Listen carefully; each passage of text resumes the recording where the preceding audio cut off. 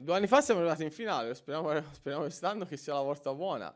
Noi bisogna creare tutti i presupposti per farli, bisogna avere la consapevolezza che possiamo vincerla. Poi se ci sarà una squadra più forte, come quando giochi in Champions puoi trovarle, perché Barcellona era fuori, a un certo punto è diventata la favorita della Coppa, ma è normale. Il Real Madrid, il Bayern ora sta attraversando un ottimo momento, ma era normale perché tutti a ottobre e novembre dicevano che il Bayern non era favorito. Il Bayern arriva a marzo e il Bayern conta e la trovi lì a lottare la Champions.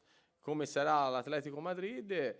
Quindi o il Manchester City, perché se il Manchester City passa è una squadra che può ambire a vincere la Champions. Quindi l'importante è arrivare nelle prime 8, poi dopo vediamo il sorteggio e se siamo bravi andare avanti.